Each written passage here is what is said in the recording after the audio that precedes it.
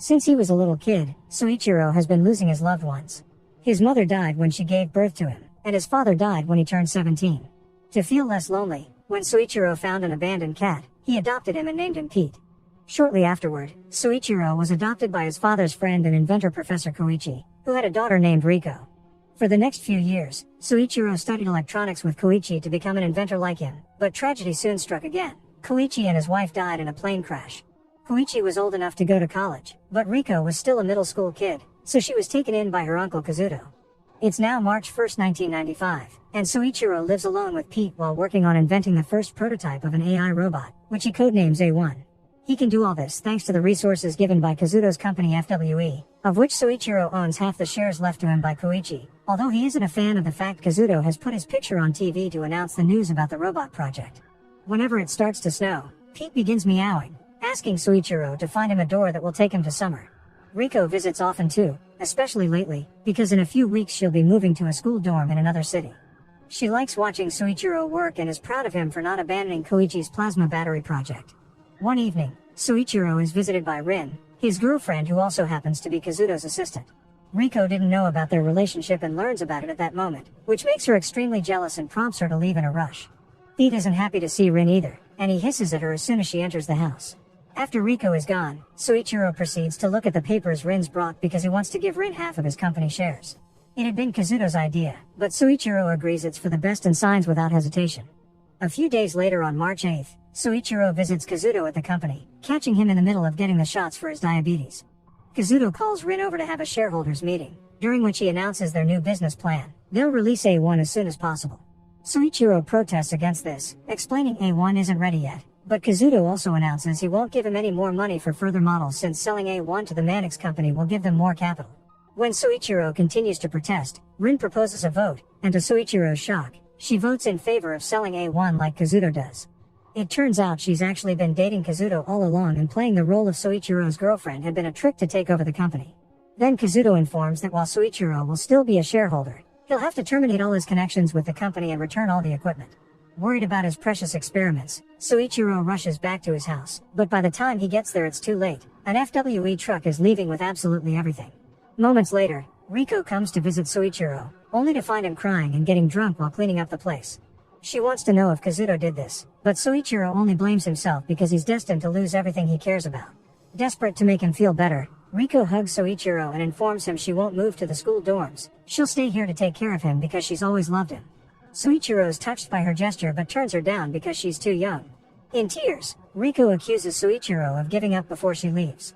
Soichiro notices she left her Walkman behind, but he doesn't have the heart to go after her and keeps it in his pocket.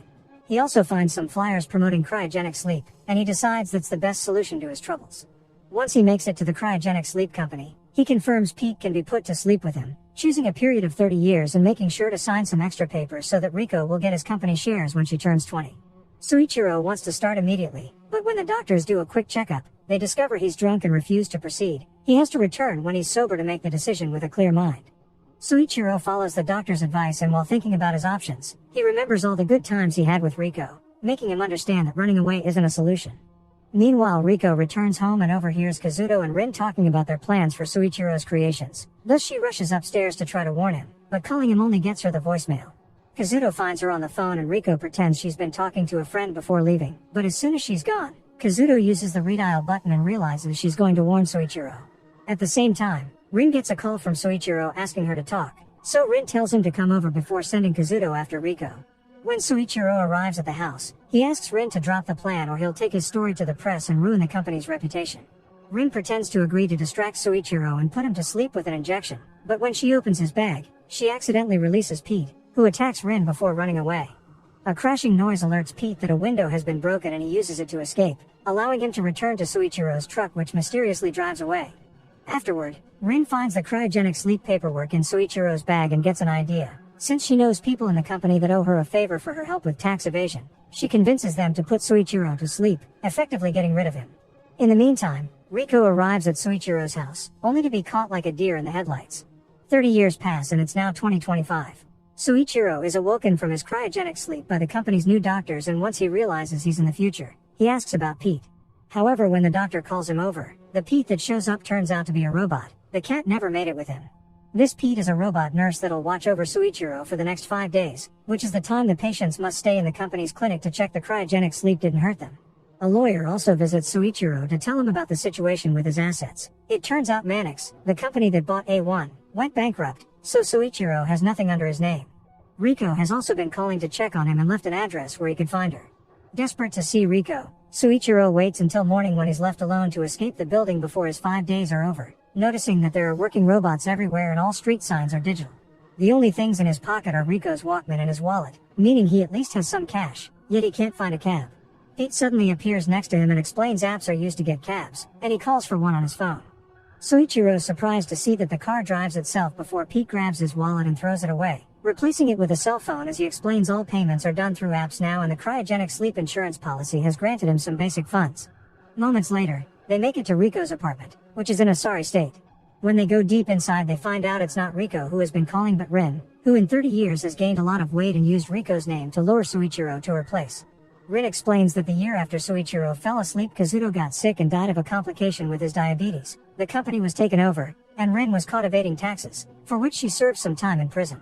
She blames Soichiro for all of it, thinking he planned it all because a man showed up with the ownership of his shares to take over the company. Soichiro is confused by this since his shares were supposed to go to Riko, prompting Rin to tell him Riko is missing and that she probably died the night he went to sleep because his house exploded. Refusing to believe this, Soichiro goes to the cemetery and confirms there's a grave under Riko's name. To deal with his grief, he listens to Riko's favorite songs on her Walkman and remembers all the times she told him not to give up. It's then that Soichiro decides to be more like Pete the cat and look for the right door. Pete the robot accepts to help, reminding Soichiro he must serve him for 5 days and there are 4 left. The first step is to go to the library to find out more information, and that's how they learn that FWE was bought by Guardian Manufacturing, a company with almost no business before this. Suddenly, Pete announces it's time for him to enter sleep mode, which he needs to do 3 hours a day to recharge. When Soichiro checks his programming out to understand him better, he discovers there's a plasma battery in his back, but Pete isn't a design from FWE or Guardian. He was made by a company called Aladdin and his model is Pete 13. The next morning, they go to FWE's old building, now belonging to Guardian. The robot receptionist doesn't find Soichiro's data in the system and refuses to allow him in until she suddenly receives orders to make an exception. When they make it to the top floor, they meet Gota, the company owner who is incredibly excited to see Soichiro. After promising to help him find some information about the whole deal with the shares, Gota explains Soichiro was the one to finish the plasma battery but for some reason he gave the exclusive rights to Aladdin. He also swears he met Soichiro as a child and he was his inspiration to open this company. He even got Soichiro's signature on a robotics magazine. That day in a restaurant, Soichiro arrived to see Professor Toy, who was arrested for embezzling research funds from the university to work on a so-called time machine. However, Soichiro never did any of this, which means someone must be using his identity. A few hours later, Gota manages to find the old FWE records, where they learn that Soichiro's shares went to a guy called Taro Sato, the founder of Aladdin, and when they look at the patent behind the Pete 1 model, they're shocked to discover it's under Soichiro's name as it should be instead of the company Kazuto wanted to sell to. The patent attorney behind this was also Taro Sato, and more surprisingly, the designer behind Pete 2 was Riko, but using the Sato surname instead of her own. Putting all the clues together, Soichiro finally realizes what's going on and drags Pete to visit Professor Toy, who has been waiting 30 years for Soichiro to show up. His time machine is finished, and this confirms Soichiro's theory. The mastermind behind this whole plan has always been himself, meaning this is a rewritten future. Toy gives Soichiro a bunch of gold bars to take with him to the past to fund his research and asks him to finish the plasma battery because it's the only thing that can make the time machine work now. Before leaving, Soichiro says goodbye to Pete and gives him Riko's Walkman to take care of, but since he still has a day of service left, Pete leaves the Walkman behind and jumps into the machine so he can travel to the past too. The pair returns to 1995 and land in the middle of the road, where they're saved by a mysterious driver, who turns out to be Taro Sato himself.